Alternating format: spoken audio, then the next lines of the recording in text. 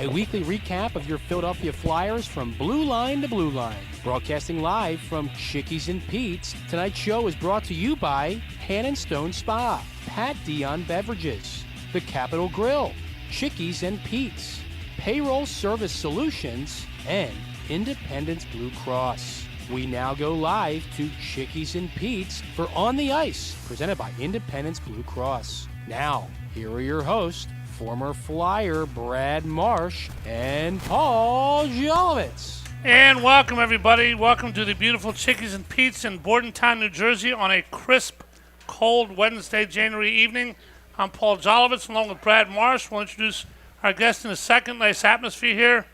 A lot of signs, a lot of TVs, and a lot of Kellys are here tonight. Our guest tonight, the Hound himself, Bob Kelly. How are you, Hound? Good, Paul. Thank you for having me. Appreciate it. Thank you for being here. Marcy, how are you doing? Doing very good, thank you. Good. The Flyers guys, in this season of rebuilding, whatever you want to call it, whenever a team is moving in whatever direction, you have kind of a roller coaster effect sometimes, Brad. A couple weeks good, couple weeks bad. Guys play well, guys play bad. Fedotov looks like he's establishing himself. Flyers playing pretty well right now. How come? Well, we've got a couple stops in the last couple games, and we've talked many, many times over the weeks and months that we've had the show that the goaltending has been the big question. And I don't know, you had mentioned about him establishing himself. I don't know if he's done just that. As the backup, not in the league, but as the backup. Well, once again, I don't know if he's even done that, but he has stopped the puck. He stopped the puck last night, but let's see what he does next game and next game and next game. You're only as good as your last shift, or you're only as good as your last game. And so the goaltending has been a question mark. Let's see what the future brings. But no doubt he has played better in the last couple starts for him. Hound, that's a great statement by Brad about consistency. You guys were great, the Broad Street Bullies, not because you played great once, not because you won one fight. You didn't do it every night either. Nobody does it every night. But 9 out of 10, consistency night after night. It is pro sports. It's life, isn't it? It's about consistent excellence and nothing else. Well, I still think it comes from inside the locker room first and builds its way out from there. And, everybody's got to be on the same page. You have to have each other's backs out there. You come to work every day because that's your job. So you come and you work hard and you work on your skills. And where you're light in some areas, you try to develop those a little bit stronger. But obviously it's what it is. All right, I'm going to ask a stupid question now, which Brad will say will not be the first, and he's right. Consistency. Consistency and asking stupid questions. Han, you've been on the show many times. You know it's not a first-time thing either. I obviously never played in the NHL, was not blessed with anywhere near the talent to play professional anything. I would have loved to. But you talk to hockey players and you talk to other athletes. You can talk to other athletes forever and ever and ever, and you may hear it here and again about working hard. Hockey, it's all the time. How important is the work ethic, going to the corners, doing the little things that you did, Bob, that you did, Brad? Obviously, everybody has a talent or they wouldn't be in the league. But how important, because it can become a cliche, how important actually is working hard and how much better can that make you, either one of you guys? Go ahead, Bob. Go ahead. Back to you, Brad. Or you, Bob. You have to work hard in practice. That's where you develop your skills. That's when you show what you have. That's how you build your stamina. I mean, we never did the Tortorella skate with the rope going around the building in there and stuff. And, you have to work. You have to develop. You have to get that team cohesive together so you guys can support each other when you're out there. I mean, you get a lot of different situations. So whether you win the fight or lose the fight, you show up because somebody will be there for you. A guy like Brad Marsh comes in, he drills me when I'm looking at the glass, hammers me right into the glass there in the land. But he found my number, so that was good that he went that way. You guys played against each other, never with each other, right? That is correct. Would you get Bob pretty good? He remembers it 35 years later.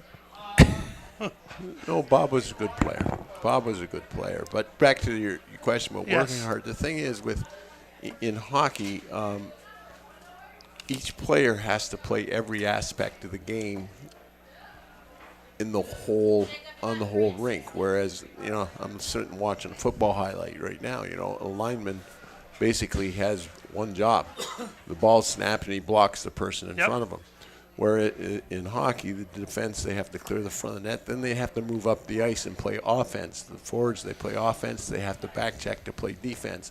And so you have to work hard as a hockey player in every aspect of the rink, every aspect of the game, every zone. And so if you coast at any one point, you're not effective to the team at all. And so you have to, the old cliche in hockey, you have to be willing to work hard.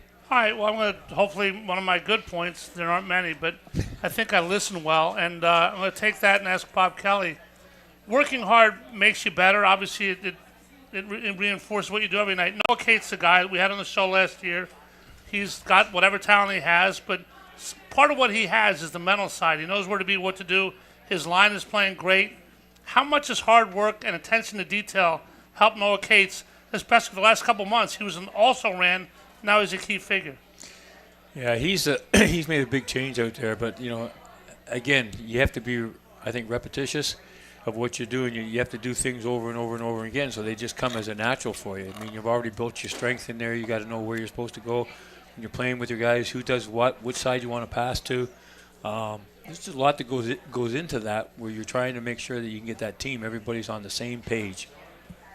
Well, if you talk about Noah and players like him, I mean, usually now when people talk about, oh, he's fast, oh, he's got a good shot, like oh, he's got a good, he's got a good arm, like in football or baseball or whatever. But quite often the stat that they don't talk about is he's got hockey sense or game sense or whatever. And Noah has the game sense. And you mentioned he knows where to be, knows what to do. He's a smart hockey player, and therefore whatever he lacks in his overall skating, his overall stick handling, or whatever, he makes up for it because he is a smart hockey player. All right, to that effect, Brad, if Noah Cates was born in China and never heard of hockey, obviously he'd have no hockey sense. Is hockey sense something? He'd be a ping pong player. He'd be a ping pong player. There we are. I was a state champion as a kid, by the way, in ping pong. Is that something you acquired growing up, watching games? Is it something that you have or don't have mentally? I mean, why do some players have hockey sense and some don't? Are they just smarter? Is it something inbred? Help me out, guys. Well, the old saying is, got all the tools, no toolbox. and with Noah or players like him, I think whatever sport they would have played, like it's an instinct, it's a knack that you just pick up. And, from our era, we learned playing the game of hockey on a pond. And if you wanted the puck on a pond, you had to go get the darn thing.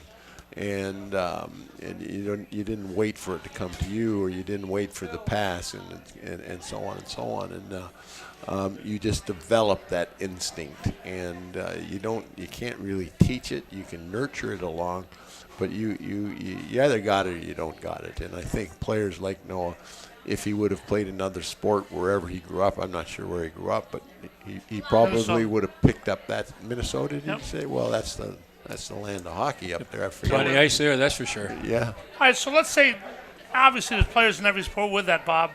I'm going to name a player who had a good shot, was a good skater, not big, not strong, not great in the corners, but the best player that ever played the game, or at worst, second best.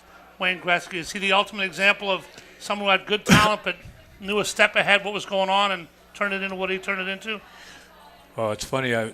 My first time into Edmonton with all their bench, they had Semenko over there and a whole bunch of the other tall guys. Semenko comes off the bench, skates down, and he says, nobody touches Gretzky. He said it? Yeah. I said, why the hell would I? I said, I only get 3 shifts a game, so I'm all right. You don't have to come to me. Talk to him. You ever say it to you, Brad? Smanko say that? Yeah. No, it was understood. No, but Wayne, we quite often referred to Wayne, and I don't think you compare anybody to Gretzky. He had the press box vision. You as a reporter or news guy or whatever the hell you are, you sit up in the press box and you say, oh, why didn't he pass the puck there, or why did he make that play, or why couldn't the quarterback see that open guy? Because everyone can see it sitting way up top. And that's how Wayne saw the ice when he carried the puck, is he saw everything on the ice. His peripheral vision was unbelievable. His instincts were unbelievable. If you checked him, he'd just pass it to the open guy. If he covered all the open guys, he went in and scored himself. You guys ever heard the Todd Fedoruk story? He's got a lot of them, but go ahead. He was playing with Phoenix, and Gretzky was coaching. And I'm sure you guys realize great players don't always make great coaches, because it's about teaching fundamentals, and sometimes it's hard to teach greatness. Willie Mays said, I see it, I hit it. You come to, well, I can't do that, Skip. Well, you're on your own. So Todd one night was got the puck, and they were in the middle of a line change. They had a 3-on-1. And Todd dumped the puck in and left the ice. Blew the 3-on-1. He skates to the bench, and everybody's going crazy. And Gretzky comes over and goes, well, I can't say on here what he said, what Todd said. Why'd you do that, Todd? He goes, because I'm not Wayne Gretzky. That's why. He said it on the bench, and the bench burst out like whatever. In other words, I can't see the ice like Wayne Gretzky, which would be quite obvious to anybody who ever watched Todd play. But is it more important in hockey than other sports because of the ice, because of how fast the puck moves, because of the corners and everything like that? It's more of a game of intellect as well as talent, more than other sports. Do you play other sports growing up, Bob? Not really. Hockey was pretty good. You're talking about, where you skate and the different rinks and that. We had a river. I grew up on the river, Port Credit River. You get a breakaway, you go for 4 miles before you hit Lake Ontario. I mean, they had fire pits all the way down, down the water. You pull it, you skate in there and you get stuff to eat and drink. Did you put the net 4 miles down? No, the nets were already put out there. But it sounds stupid, but they used to flood. They used to flood the river. The firemen would come at nighttime and cut holes in the ice, put their machines in there because the river's got all kinds of cracks in it, and the width of it and stuff like that. Then they would just hose the river all down, and it's like a sheet of glass in the morning until the water starts moving, everything starts moving in there. Same as the canals in Ottawa. Is that what it's same Oh thing? yeah, they keep it nice and cleaned off. My daughter sent me a video today. She skated to work today. Really? Yeah. On Yep. streets? No, on the canals. The canal. So you live right on one side of the canal and her job's on the other side? She didn't have to go on the street at all? No, she just walks to the canal, puts her skates on, and skates downtown, puts her boots back on, and walks to work. See, to me, that's really, and Chris, our producer, I'm sure didn't grow up in Canada. It's an interesting culture that I can't even imagine. I grew up in Bethesda, Maryland, where you can skate at a rink like everywhere else. How much, and we hear about the inbred whatever, that you're growing up playing hockey, that's your father floods the backyard. How much is that, guys? How much is hockey just a part of your life if you're a Canadian kid, whether you actually wind up playing or not? But as a little kid, how much is hockey introduced as an integral part of your life, skating and the like? Well, I don't think it's the same today as it was when Hound and I were kids, because there wasn't as many options for other sports. As kids growing up, I only played hockey, and lacrosse was introduced later on a little bit, and you played baseball a little bit, but hockey was the sport. And if you played hockey in the wintertime, then you played road hockey in the summertime. It's the first present you get from Santa Claus is a pair of skates or some kind of hockey paraphernalia, and it was big. But now kids have lots of different options, lots of different sports to play, and it is expensive to start your child in the game of hockey right now, unless you join up for the Flyers Learn to Play program, which Hound is a big part of, and you get all the equipment for free. But back when we were kids, hockey was the sport. All right, Hound, how old were you when you started? And contrast that to now that what you're involved with the Flyers, because you're a team ambassador, and how the Ed Snyder Foundation and other programs like it introduce hockey to little kids and help them get it in their blood. Well, they have to be introduced to it and then find out if they like it or don't like it. And it all depends also, too, like who's managing you, who's running you, what they're putting you through, because that first impression is what's going to carry them on through, whether they want to play or don't play. Like where I grew up in Port Credit. Where is that, just for? Right outside of Mississauga in Toronto. Oh, Toronto, okay. Just out there. The Mississauga Mall.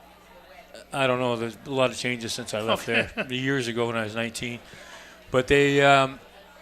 the different things that you do, and like nobody plays soccer, nobody got out in the soccer. Football was only in the high schools. I used to go out there and roll around on my neck and all that crap, trying to build your strength. And I find that this is not for me. I'm not part of that group. Baseball wasn't anything that really excited me. Wouldn't bring me out for that. But hockey, man, I can do hockey all the time. And like you said, the street hockey. Whenever we get ice, and then we would always take the last cleaning and we'd manually went around pushing the blades to clean the rink before they could flood it. But, they'd give us as long as we wanted to, as long as we clean and prep the ice for who's coming in the morning. All right, so today, little junior growing up in North Philly, let's say, which isn't a traditional hockey hotbed, 5, 6 years old, mom takes him to a rink one day. How does that turn into a kid growing up with hockey and the programs you run? Oh, I think first of all, you got to try and make sure the kid can skate, or make sure you can work with him skate, which is what we just finished doing one a couple of weeks ago. Was all that these kids, some shouldn't be in the program because they can't skate. They're holding other kids back. Other kids are going through there. Which way you're holding your stick? You're always watching whether they're holding their stick left, right. Is it too long? Their skates are sometimes your feet are together and everything. They're sticking out there. I mean, the kids don't have the right skates on, or the skates aren't tight enough, or the skates aren't sharpened. Sometimes the parents need to be educated a little bit too. You know, is there anything in there, walk-in locker room, is there anything in there that you kids need to know about, like your shoulder pads, your elbow pads, you know, what are you going to use for protection out there? So there's a lot of things that go into it, and then the kid either likes it or doesn't like it. Like Brad said, with the Learn to Play program, it's an introduction, it's a start. Right now, the women they're pretty well outpacing the boys coming in to play hockey. I mean, it's growing like crazy. Cindy from the Wells Fargo Center there, she does a great job in a lot of these rink renovations that they go around and we do and stuff like that. You know, people attend to. So there's lots of movement going on, and you know, Mr. Snyder was the epitome of growing the sport and you know, helping to re-energize, you know, in the towns that have problems. All right, that's good stuff. People who watch hockey, I mean, you realize if you pay attention, Bob Kelly and Brad Marsh are two great examples of guys who were not considered great NHL skaters, but then you watch them skate around the rink and realize they're pretty damn good skaters. Every skater in hockey is a great skater. Even the worst comes around the rink. It's an unbelievable skill. It's an unbelievable game. Bob Kelly's an ambassador for the Flyers. Talked about the Wells Fargo Center. In a few years, what are we talking about? We'll talk about the new arena, continue talking about the Flyers, and much more. We're here with On the Ice at the beautiful Chickies and Pete's in Bordentown, New Jersey. Come on up and say hi to Bob, and we're back right after this. Stay with us. Cool. Hi, it's Pete from Chickie and Pete's, and we are prouder than ever to partner with the Philadelphia Eagles. Chickie and Pete's has been named the official sports bar of the Philadelphia Eagles, and we continue to serve as the official caterer of both Eagles training camp and the official caterer of the First Trust Bank Club at Lincoln Financial Field. Go where the players go. The official sports bar of the Philadelphia Eagles, Chickies and Pete's. Payroll Service Solutions was established in 2001 to cater to the payroll needs of small to medium-sized businesses. Payroll Service Solutions offers unparalleled customer service while they deliver a complete and accurate payroll. When calling Payroll Service Solutions, you will never be put into a voicemail or go through a series of prompts to get to a person. All customer service representatives are extensively trained to handle all of your payroll needs, therefore saving you time. They value each and every one of their clients. No account is too small. Call Payroll Service Solutions today at 1-866-PAY-EASY for a no-obligation review of your payroll needs. That number again is 1-866-PAYEASY. Payroll Service Solutions. At Independence Blue Cross, we take care of the people who take care of you.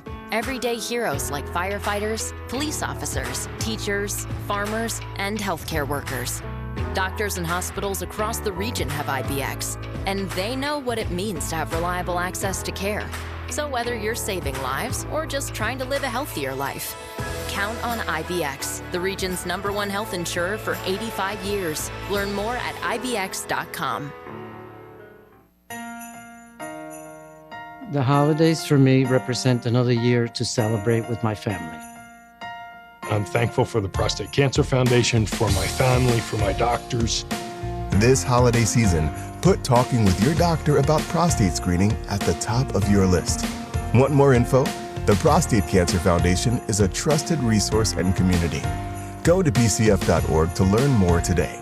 Remember, it's your life. Hi, it's Pete from Chickie and Pete's. Wrap up your workday with the all-new Chickies and Pete's Happy Hour with unbeatable specials weekdays from 4 to 6 p.m. Enjoy half-price orders of Chickies Medium Tender Wings, one of our tasty and delicious pizzas, or an order of mouth-watering hot, cold, or fried shrimp. Plus $3 domestic bottled beers, $5 Tito's, and $6 seltzers. It's the all-new Happy Hour weekdays 4 to 6 p.m. only at Chickies and Pete's.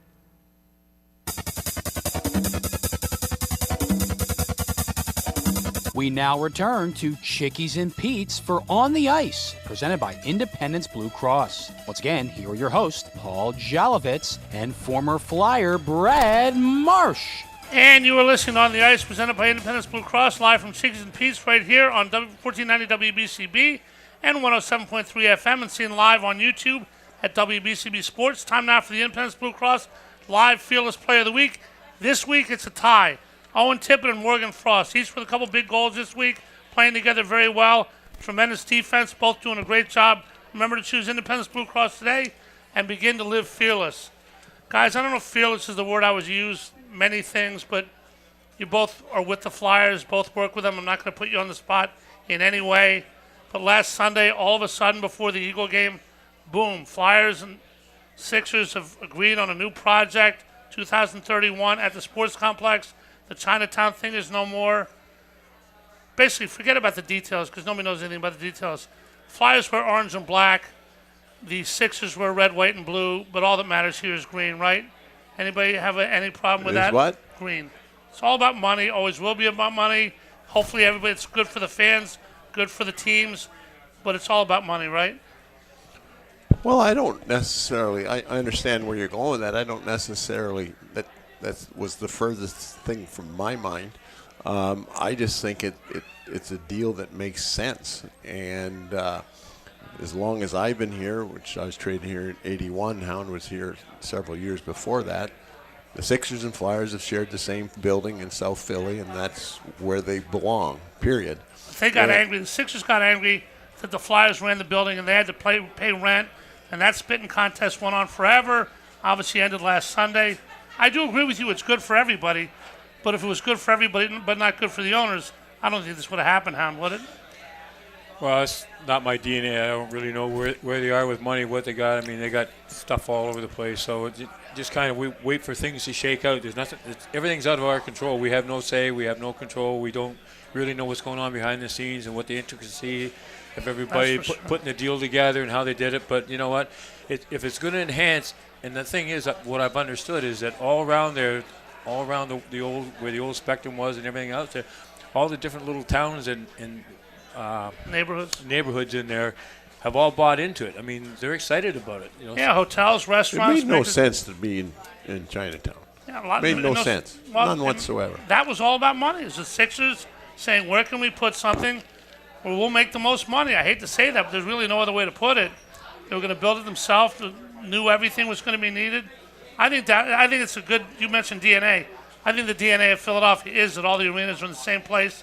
And if it can work for the money with everybody, with the owners, I think the fans it's the best, with the roads it's the best. I think they got the best way to do it. But until then, they play in the Wells Fargo Center, which was electric, guys, last Saturday night. Not because it was a Stanley Cup, not because Bernie Perrant came out of retirement, but because of Cutter Gauthier, the rookie who, well, basically a rookie this year, who refused to sign with the Flyers, hasn't said why. He will at some point. Who cares? But that building, guys, was electric. A 6-0 win kind of spurred the Flyers on this little mini run they're on. That was a hell of a crowd that night, Bob. Well, I think I really enjoyed seeing Hathaway out there going crazy, and Rasmussen there. He's out there banging bodies around there, and when you see that kind of activity and playing, I mean, they were out there. And all the kid had to do was just say, maybe we got some family problems. I got to work things out, so I'll pass this year and see what next year looks like. But instead, he just come out there and he kind of crapped on the fans, and he got back. That's all. They just gave it back to him. And they gave it back to him good, Brad. And Jamie Drysdale, who was in that deal, scored. Again, it was a shutout. It couldn't have been better for everybody involved. We need to find another player to trade to another Gauthier? Another villain? We need to, another villain. There we go. Because you're right, and the crowd was electric. It was alive, and it's been quite a while since the building's been like that. So it was great to see, and I tell you, once again, the fans are so important to the atmosphere of any sports, sports arena. Our sports. And just with the electricity, you knew the players were going to respond right away. Yeah. You guys both played in some absolutely amazing environments. In 1987, the J.J. Daniel game, Bob only scored the winning goal in the Stanley Cup. In 1975, when you won in 74, it was at home. So you've played in incredible atmospheres. This game was a great atmosphere, obviously not one of those. But how much, we talked, Brad, about just a second ago, about the fans who make sports what they are. They're the paying customer, obviously. How much of it is about the fans and how much of it about the game? Because obviously the game didn't say anything except Anaheim and Philadelphia. How much of it needs the two to merge to have a good team and great fans to make it like that every night? Well, it's kind of the old catch-22, you know. Sometimes the players say, oh, Jesus, the fans made more noise, we would spur us on. And the fans are saying, well, if you guys played a little better from the start of the game, we would have something to cheer about. And I don't know. It's got to be. Like I think back to when we played. It was much simpler times, and you stepped on the ice for warm up, and the building was already packed because there wasn't all the other things to do in all these new beautiful sports facilities that we have, and so the fans were there for warm up, and it was electric. And sometimes there was a fight in warm-up. Sometimes there's a fight at the opening face-off. And so there was always the anticipation from the fan standpoint that something was going to happen. And so it was always electric. Like when Dave Brown stepped on the ice, the crowd knew Dave Brown was on the ice, and they were on the edge of their seats waiting for something to happen. When Bob Kelly stepped on the ice, they were waiting for a goal to be scored. You've been waiting a long time for that. And you were a guy who could score goals. You were a guy who could fight. You were a guy who could do anything. Obviously, the Broad Street Bullies had a lot of guys who could play the physical game, but a lot of guys who could also score. Yeah. How exciting was it to be on a team that pretty much had everything? The fans were into it. You were into it. You won. Was there anything better in your life other than obviously your family? You know what? When you talk about Black Friday, everybody's looking for that big Thanksgiving game, the big, going on in there, and then you step out there, there's no fight. Like, you used to know when you got there that you're playing the Rangers, who you're going to have to match up with and go with and stuff like that. Terry O'Reilly. Atlanta, here's my buddy. Atlanta was they're all huge guys back in those days. We had good games. Oh yeah, Flames and Flyers were good games because we were big and they were big, and we were tough and they were tough. And we wanted to fight. We wanted to scrap, but what's going on? And now it's like, well, you can't spear the guy anymore. You can't slash him. You can't chop him. Spear. Yeah. You kill someone by spearing him, can't you? Well, referee didn't see it. All right, we always. Cool. I may have done this with you, Bob, before or not, but I like to ask guess how many goals they scored, trivia-wise. How many goals did you score in your NHL career? 54. 54. Add a 1 to that. 154. Well, I was close. Close. I was going to say 55. That would have been a plus. I would have high-fived you. That's one. But that's a lot of goals. Did you take pride in, your coach could ask you to go out and be physical to score a goal. You scored 26 the one year with the Caps. Did you consider yourself a master of you had 2 20-goal seasons in Caps, didn't you? Yeah. In 26 being your top. Yeah. Well, that was Dennis Marucki set me up all the time, open net. Pee-wee. So it was good. Well, Pee-wee played he junior still has with him. the Cap record for goals in the season, 60. Is that what it was? Dennis Ovechkin's Marucki, never scored more. Well, has he scored more than that? Maybe he has. By the way, let's screw all that. Do you want Ovechkin to break Gretzky's record? Brad and I talk about it sometimes. I have one opinion. He has one opinion. What do you think? I think Gretzky played for the team. He played, for the other players and stuff like that. Helped each other out. He's not a loud person. He's very, in that. And I think that I'm happy if Gretzky can keep it and Ovechkin doesn't get it. That makes 3 of us. It really does. Brad, you're not a big Ovechkin fan, right? No. I hope he's only 20 away, and obviously Ovechkin's a great player, but I don't want him to break it either. I don't. Gretzky has 900 million other records. It's not like people are going to forget Wayne Gretzky anytime soon. Nor Bob Kelly. You're an ambassador with the team now. What does that mean? That's a good point.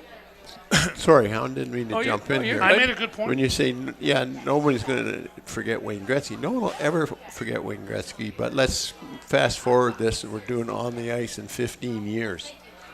I'll bet $1 we'll never, ever talk about Ovechkin. Well, yeah, we had it with Saquon Barkley and Eric Dickerson, guys. Ray Didinger said if somebody's in September, obviously it got bigger as the season went on, but if he had gone in September and said, who holds the NFL record for rushing yards in the season. Unless you're a big fan, you may have had no idea. Nope. I mean, if Ovechkin breaks a record, and then as Brad said, time goes by, you got to support it by winning and by being a great guy, blah, blah, blah. So I'll give you the great point back, Brad. Yeah. Absolutely. So as an ambassador, Bob, back to our original, you're at games with the great military every night.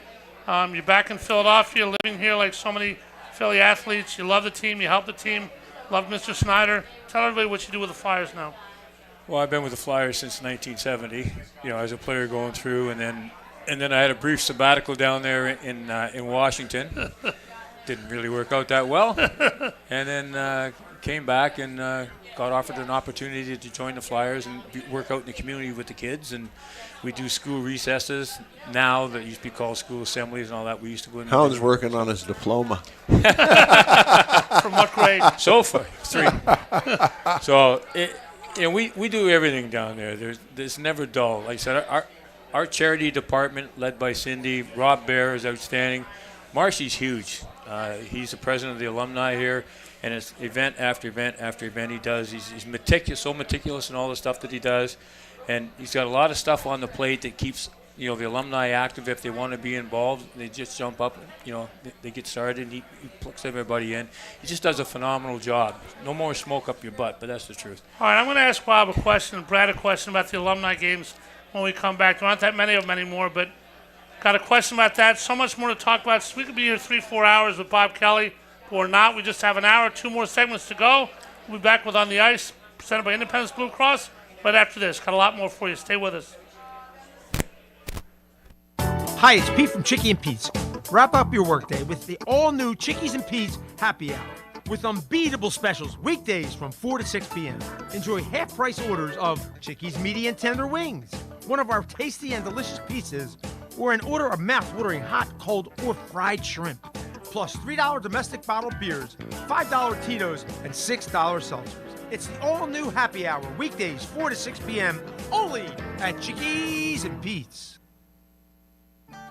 Payroll Service Solutions was established in 2001 to cater to the payroll needs of small to medium-sized businesses. Payroll Service Solutions offers unparalleled customer service while they deliver a complete and accurate payroll. When calling Payroll Service Solutions, you will never be put into a voicemail or go through a series of prompts to get to a person. All customer service representatives are extensively trained to handle all of your payroll needs, therefore saving you time. They value each and every one of their clients. No account is too small.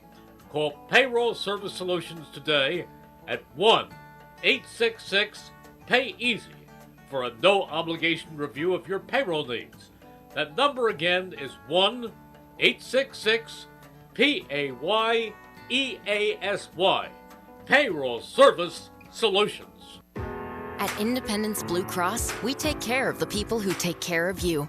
Everyday heroes like firefighters, police officers, teachers, farmers, and healthcare workers. Doctors and hospitals across the region have IBX, and they know what it means to have reliable access to care. So whether you're saving lives or just trying to live a healthier life, count on IBX, the region's #1 health insurer for 85 years. Learn more at IBX.com. WBCB is now on your FM dial at 107.3, serving Bucks, Burlington, and Mercer counties since 1957. You can now listen to all your WBCB favorites crystal clear on 107.3 FM. A new age for WBCB on a new frequency, 107.3.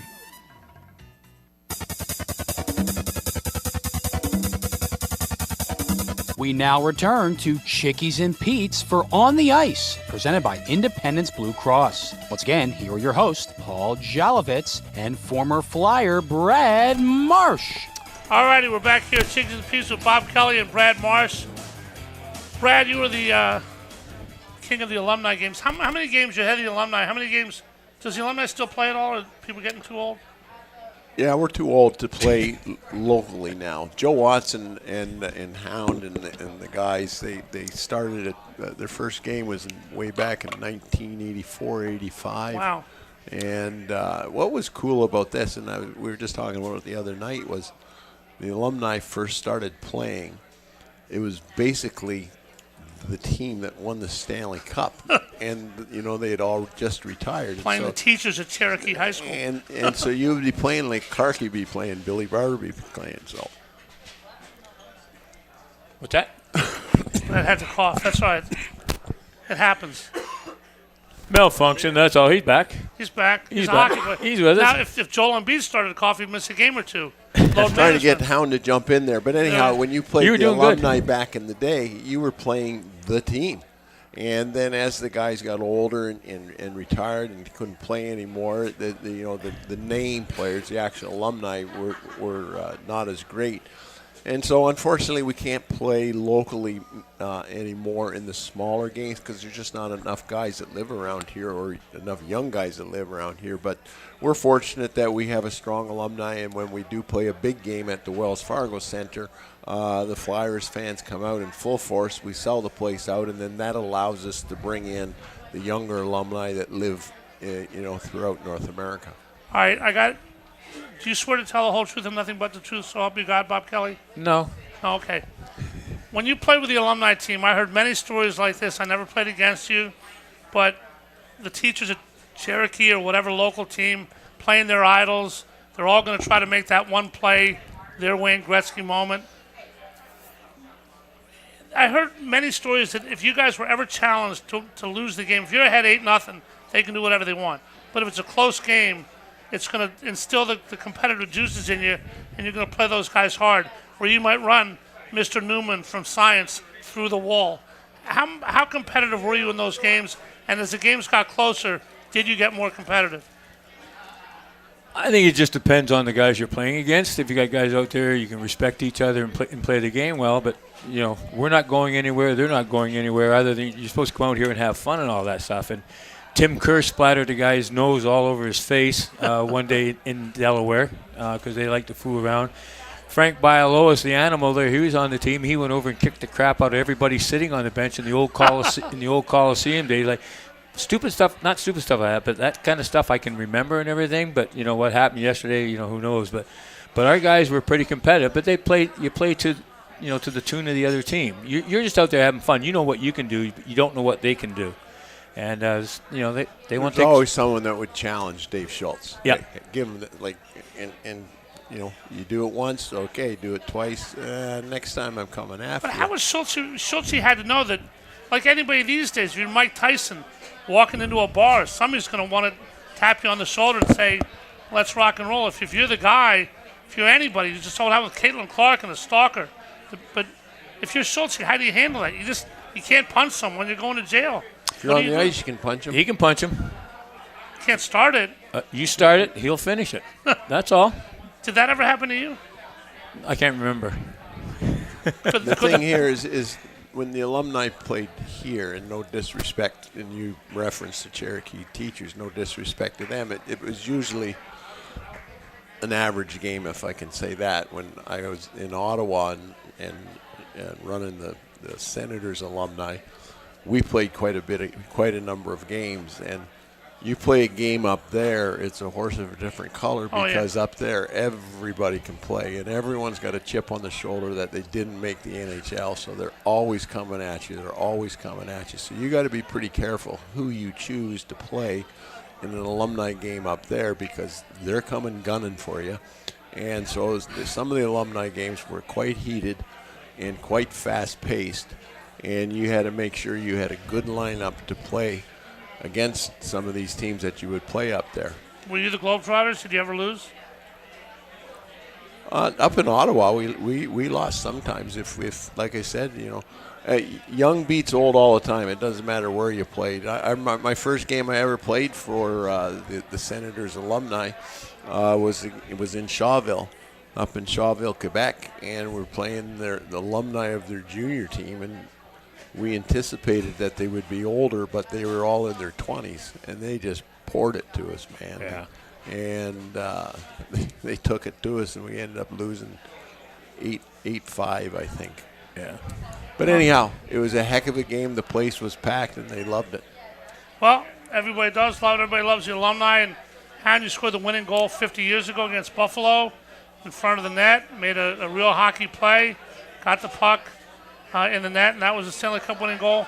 When you walk around town today, how many times a day, how many times a week, whatever, on the average, do people say that's Bob Kelly? He was a Broad Street bully. You know what? I'm not into myself, so I don't. But it still happens. But it happens a little bit here and there, but I don't go for that. Like we're all the same. When you put your skates on, you take your skates off or whatever, you're kind of the same in there. But somebody was going to score the goal, and that happened to be an odd play the way that it turned out. But also, to Fred Shiro and to Mike Nicolak there, Mike says to Freddie, the Hound hasn't been on the ice for a long time. So get him out there. So I went out there and a little bump there, and Korab got in the mix, and he ended up in the glass, and I spun around, and the net, his legs were open. Another Stanley Cup winning goal, yeah. I scored many of them myself in my dreams. In your dream, In my dreams. But it's what the team does. It's all about the team. Everybody contributes. Whether you got in, you blocked somebody, whether you blocked a shot, whether you scored a goal, whether you slapped the puck, whether you knocked somebody out. It's just part of the game. That's the one big difference with the teams of past years is, and this isn't meant because I don't know I know the Flyers, but I don't know the personalities. I haven't been in the dressing room. I don't know the guys or anything. But back in the day, Hound's mentioned a couple of times, he hadn't got on the ice in a little while, and he got out there and he took advantage of it. But everyone understood the role and accepted the role, especially on the Broad Street Bully teams that won the Stanley Cups. And yes, some players were going to get more ice time, and some players were going to be spotted in and out. But when you got on the ice, that was your best shift of the night because you didn't know when your next shift was coming. Oh, I got another shift, and that shift became the best shift of the night because you didn't know when you were getting out there, but you understood your role, and you were there for the team. All right, next shift coming. Joel Farabee played 316 consecutive games. His next shift was coming 3 games ago, except it wasn't. He was scratched by Tortorella and scratched the last 3 games. Bob, you and I were talking about Torts before the show. You played for Fred Shiro. Brad, you played for Mike Keenan, plenty of others. John Tortorella is an enigma to some people. He's here to win hockey games, nothing else, do it his way. If somebody came up to you, Bob, and said, boy, this guy's strange, describe John Tortorella in 50 words or less, what would you say? I think Torts is trying to do the best he can do with what he has there, and it's, obviously everybody looks at the goaltending out there, but, it's a progress. It's a searching for the right process to translate to these kids who need the structure. They need to get some setbacks. They need to work harder. But the biggest thing is to blend in as a team. You don't dissect yourself out there. You got to make sure that everybody's buying into what the team's doing. And if you're a winger up and down, that's where you play. If you're allowed to crisscross, everything's changed so much since our days. All right, it's changed, but it's the same. I'm going to ask each one of you guys, whoever wants to go first can. Give me a flyer on this team that reminds you of you.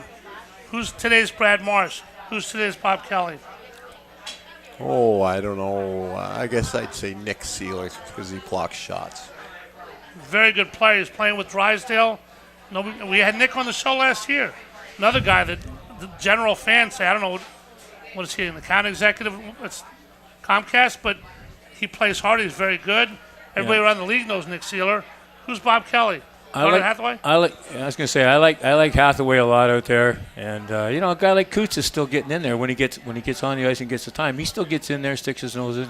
I like Konechny. Oh yeah. They're good mileage players. They play hard, start to finish.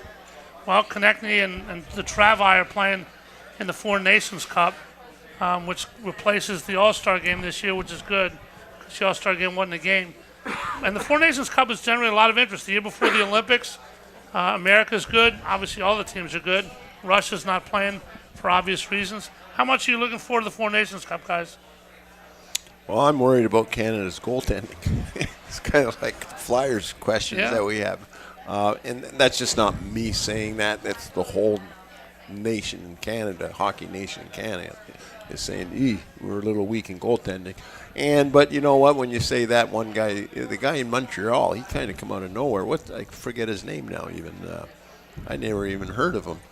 and starts with an M. It's a funny it does. name. I remember- Montembola or something Yeah, like it's that. very long. And he might come out of nowhere and be the guy for Canada. But it's going to be a heck of a tournament. It's always good to see best on best. Sam Ersson could play a big role. Sweden's number one goalie's hurt. He could be the goalie, Bob, for Sweden. How much are you looking forward to the whole thing? Well, you know what? I haven't paid a whole lot of attention to it because we got so many other things going on out there. I think Brad's handled it the best way in his conversation. But it's just, it's good for the country. It's good for the sport. It's good for the businesses. It's good all the way around. Yeah, got it right here. Montanil, yeah. It's like Jonathan Marsh or so. Montembeau. Sam Montembeau, yeah. Thank you, Chris Hermer. Well, guy can come out of nowhere and be like that. Hockey's like that, though, right? I mean, guys that come out of nowhere won the Stanley Cup. Bennington a couple years ago for Craig. Sure. In St. Louis, you can do that. You get hot, and you're a legend 5 days later, right? Chief was happy. Yeah. Chief was real happy, did a good job there, and then, your shelf life. Time to move on. Chief's doing a good job now in Toronto. Mm-hmm. And Bob, you said we got to take a quick break, but first, Austin Matthews getting $11 million a year. Obviously, hockey got to manage the cap. Hadn't done Squidouche in the playoffs. How important is it for Toronto? They may be the most followed team in the world. They may be under more pressure than any sports team in the world. The combination of interest, ability, and lack of success. How hard is it for them, and how important is it for them to finally break through and get at least to the finals, if not win the cup? Well, if they don't get into the finals, I mean, you're just not accelerating yourself going forward. You've always got setbacks after setbacks after setbacks, and you can put all the money you want on a player. You can pick the best guy, but it doesn't mean that's going to get you a championship. And that's all anybody's interested in is the championships, and you got to work hard to get that. How much pressure are they under, Brad? A lot. 1967 is when they last won the cup. A lot of pressure on that team. I played with that organization for 3 years in the 80s, and there was pressure back then to do something, and they've been close, and they're still they lost in the semifinals the 1 year to L.A. and Wayne Gretzky. Wayne Gretzky probably should have had a 5-minute major. They still talk about that missed call.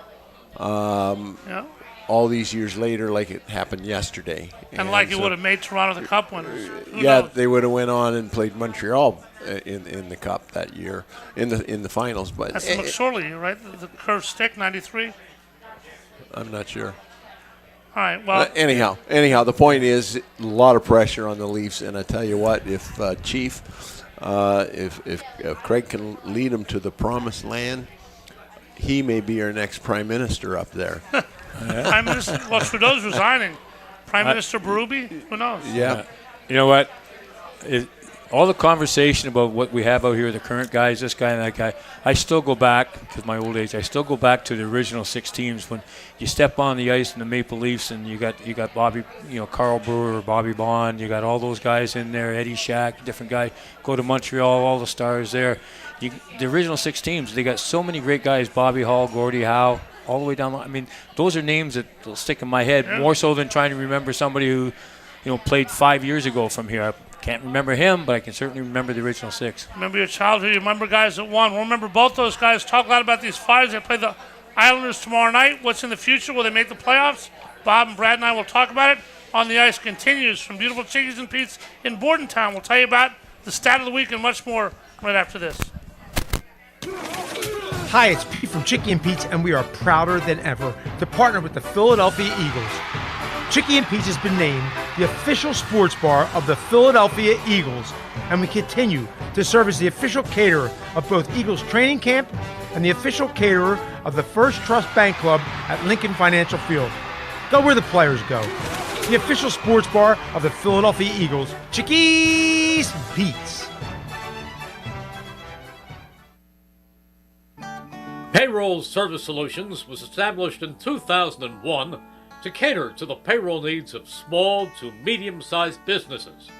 Payroll Service Solutions offers unparalleled customer service while they deliver a complete and accurate payroll. When calling Payroll Service Solutions, you will never be put into a voicemail or go through a series of prompts to get to a person. All customer service representatives are extensively trained to handle all of your payroll needs, therefore saving you time. They value each and every one of their clients. No account is too small. Call Payroll Service Solutions today at 1-866-PAY-EASY for a no-obligation review of your payroll needs. That number again is 1-866-PAYEASY. Payroll Service Solutions. At Independence Blue Cross, we take care of the people who take care of you.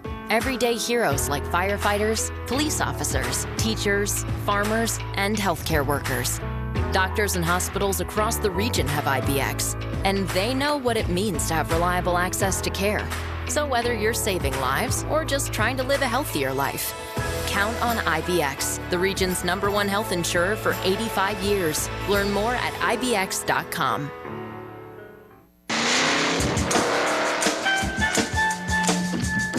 Under the Hood with Fred Fletcher is heard every Thursday at 9 a.m. on WBCB 1490 AM and 107.3 FM. Everything you need to know about your car and keeping it maintained with Fred Fletcher from Fletcher's Garage, Hood and Southolds Boulevards, Fairless Hills, your official AAA facility.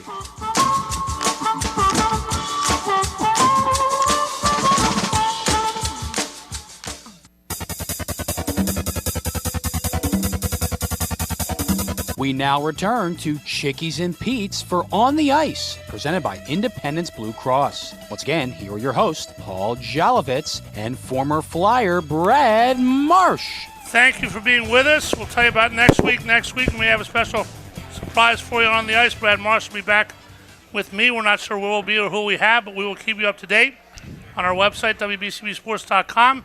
It's time now for the Smart Stat of the Week, brought to you by Payroll Service Solutions. Call them today at 1-866-PAY-EASY. That's 1-866-PAY-EASY. A guy Bob mentioned, Garnet Hathaway, had a ridiculous 9 hits last night at Columbus. He was a bowling ball.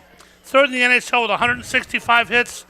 And its teams really need a guy who plays like that and who shells out hits on every shift. That was your Flyer Smart Stat of the Week. Once again, brought to you by Payroll Service Solutions. Call them today at 1-866-PAY-EASY for the smart choice in payroll services. Payroll Service Solutions. 1-866-PAY-EASY for the small and medium-sized business to handle all of your payroll needs. Again, at 1-866-PAY-EASY. 165 hits, Bob. The leader has like 250. Somebody running into the wall on every play. How important is a guy? How important is hitting and physicality to a good team? It's always a supporting actor. It's never the Gretzkys or the Lemieux, but they're kind of the core of the hockey team, aren't they? Well, they're the ones that can establish law and order out on the ice out there for somebody taking a cheap shot at you, running you, or payback from a game or 2 games before that. Somebody does something to you and hits you from behind. It's easy to run somebody from behind. All they got to do is run into the glass. But, that's not the way the game's played in our sport. So, you get dealt something, you got to deal with it. You were a guy who dealt a couple cards in your lifetime, Brad, right? Yeah, with the hits. And I don't mean to be that guy, but I don't know, I've been to lots of games, and I'd say, where are the hits? So I'd like to know what constitutes a body check in the league right now. It's interesting, but Hathaway is a guy. I'm not taking anything away from him, but the physicality in the game is like the body checks don't seem to be a body check anymore. They're not finishing checks? What do you mean by that? I don't see anybody being knocked on their butt. No open ice hits anymore. I mean, the hit that comes to my mind, many, but Stevens on Lindros, unfortunately, that was a million years ago. But the last huge open ice hit I remember that sticks. You ever get anybody good by? I mean, you got people pretty good. What's the worst or the best hit you ever made in your life? Hopefully, it didn't hurt anybody too bad.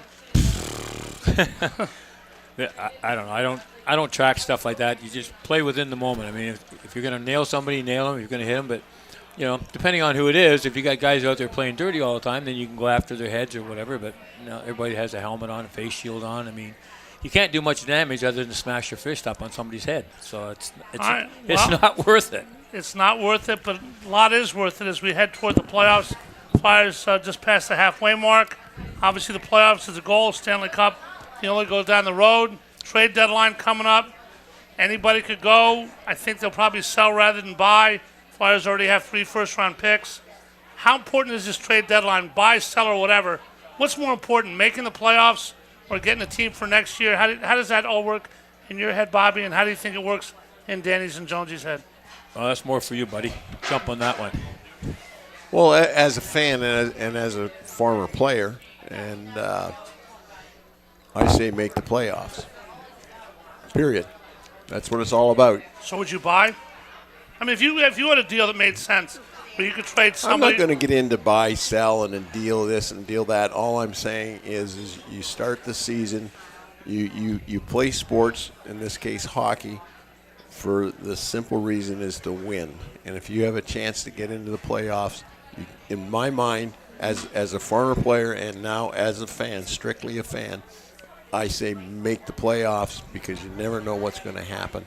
Well, you and I could not agree on that more. We don't get paid. We don't get paid the big bucks to make the tough decisions. Well, obviously, you think. I mean, there's a track. You make the playoffs, then you do blah blah blah. Finally, win the cup. I think it's important for the fans. It's important for the team. But you don't want to be a team that sells out to make the playoffs one year and then sucks for 10 years afterwards. They got to do it the smart way. And I think, Bobby, they got some smart guys doing this. Dan Hilferty at the top of the heap. We heard about the deal with the Sixers. That's a business thing, but Jonesy's smarter than people think he is, and Danny has done a nice job, hasn't he? Yeah, Danny certainly paved the way for himself. Coming from Buffalo, there, he knows all the players. Same as Jonesy. Jonesy knows all the players. He knows all the coaches, the GMs everywhere. I mean, he's moved around and done really, really well, and it's a tribute to the three of them that they collaborate as well as they do, and they get along good and make good decisions. Hopefully you make good decisions. Really, it's the four of them because Torts is right in there too with his feedback on the next steps and so on and so on. So we have a good group making the hockey decisions. We got a couple minutes left. There's one guy to me that fascinates me on the Flyers. Tons and tons of talent. Lightning quick. Tim Jackson always talks about he can create his own breakaway. Nobody else on the Flyers can. Lightning shot. Hasn't put it all together yet, but you see glimpses of it. And that's Owen Tippett. When you see Owen Tippett, what do you see, Brad? Well, exactly. They got him for Giroux. Exactly. Well, what you just said, we've all seen it. And last night he was dipsy-doodling out there. He had one backwards spinorama, and nothing resulted at it. And, pretty soon it's either going to come together or it ain't going to come together, and then the hockey team that we just talked about will have a decision to make on what next steps for Owen Tippett are. What do you think, Bob? Well, I think the same thing. We got a lot of stuff that's in the hopper there, and a lot of deals that they could probably make or pull, depending. I'm sure they're just sitting around waiting to see which is the best way to kind of go, and hopefully nobody gets injured between now and the end of the season. So, you reap what gets sown to you. They need to work together, do all the stuff together, and get it done. One thing that impressed me, that I got to say before the end of the show, Bernie too, but talking to you before the show, Bobby, whenever I see you down at the game or whatever, you still love hockey. You've been around it your whole life. Brad, you still love hockey. In 10 seconds or whatever, what about the game keeps you young? Because you both like kids around the kids' game. I just enjoy helping out the kids and having some fun out there. I miss not playing, but on the other hand, the body's not going to take the kind of pounding that you can. I mean, there's no way we have that kind of speed that's out there, but it's a fun game. I mean, I've been here since 1970, so time is time, and it's still fun. I enjoy putting the skates on, and don't think I want be excited if somebody started spearing me by any stretch or running me from behind. Who that might be, but could be you. But Brad, you got a few seconds. What about you? Well, you talked about how electric the building was on Saturday, and that's what playoff hockey is. And that's that. I want to see the building. I want to see the building excited again, and that's what happens in playoff hockey. So, well, that's a great way to end it. Hopefully, playoff hockey be around the corner. We'll keep you up to date every week with On the Ice. Chris Herman produced this fine program. Thanks to Stephen Lawler back at the station. Thank you, Bob Kelly, for joining us. Pleasure's all mine. Thank you for having me. Thank you very much. See you next week, Marcy. Yes, sir. Thank you. All righty, we're here at the Bordentown Chickies and Pete's. We're here with On the Ice, presented by Independence Blue Cross. Thank you to Chickies and Pete's, Independence Blue Cross, and all our sponsors. Thanks for listening, watching, coming on out as Bob Kelly's family did. For Bob Kelly and Brad Marsh, I'm Paul Jolovitz saying good night, have a great week, and go Flyers. You're listening to 1490 WBCB and on your FM dial at 107.3 W297 CM.